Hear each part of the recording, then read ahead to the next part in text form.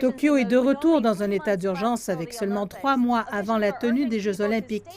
Les responsables exhortent les gens à rester à la maison cette année pour les vacances de la Semaine d'or. Le gouvernement a émis des restrictions plus sévères, ordonnant aux restaurants et aux bars de cesser de servir de l'alcool pendant ces vacances, et les grands magasins, les parcs d'attractions et les cinémas ont été invités à fermer complètement. Ceci porte un dur coup à l'industrie touristique locale du Japon, car la Semaine d'or est généralement la saison des voyages la plus achalandée de l'année. Malgré des mesures strictes, il y a encore de grandes foules dans la région de Tokyo. En fait, le nombre de cas dans la capitale a dépassé le millier au premier jour de la semaine de vacances. C'est un niveau qui n'a pas été vu depuis le mois de janvier.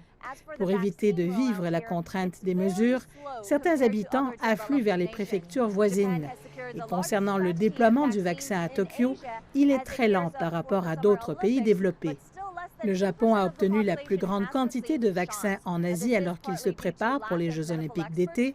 Malgré tout, moins de 2% de sa population a reçu les doses du vaccin. Cela est en partie dû à un manque d'experts médicaux autorisés à injecter les doses. Le Japon a même décidé récemment que les dentistes pourraient eux aussi administrer des injections.